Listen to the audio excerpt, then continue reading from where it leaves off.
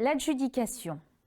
L'adjudication, c'est une vente aux enchères publiques, qu'on appelle aussi vente forcée, et qui a lieu généralement après un jugement qui a condamné un débiteur au paiement d'une somme d'argent et dont le débiteur n'a pas voulu s'acquitter volontairement malgré la décision intervenue.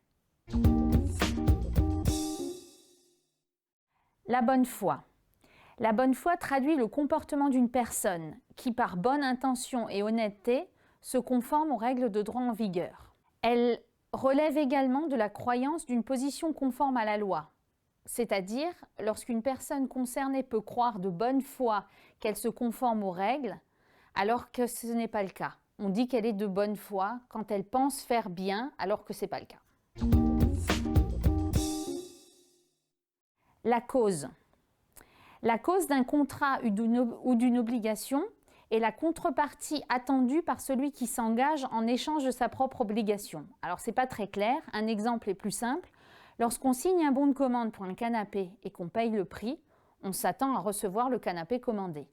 La cause du paiement, c'est donc l'achat du canapé. Compromis et clause compromissoire, ce sont deux choses différentes.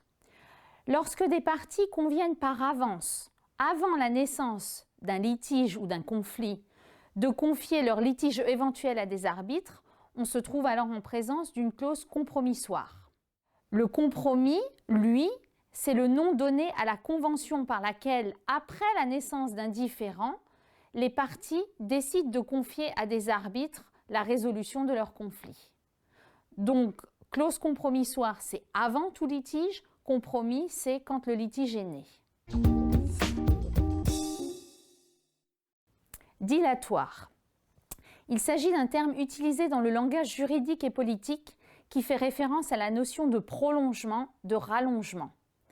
Il est issu du latin dilatum qui signifie retarder, différer le délai. Le terme dilatoire s'emploie en tant qu'adjectif pour désigner le langage juridique un acte qui aura pour effet de retarder l'issue d'un procès. Quand une partie fait preuve de manœuvre dilatoire, c'est qu'elle fait tout pour retarder le procès. Enchère. Dans une vente publique, on appelle ça aussi licitation. L'enchère, c'est l'offre qu'on fait de payer un prix plus élevé que l'offre précédente. On dit qu'on enchérit sur le prix qui a été donné. Le dernier enchérisseur est déclaré adjudicataire, c'est-à-dire que c'est à lui que revient le bien sur lequel il a été enchéri. La folle enchère, c'est la dénomination qui a été remplacée par la réitération des enchères.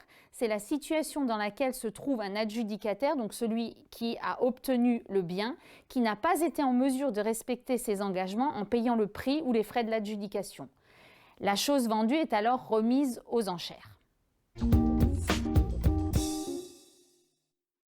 La force majeure.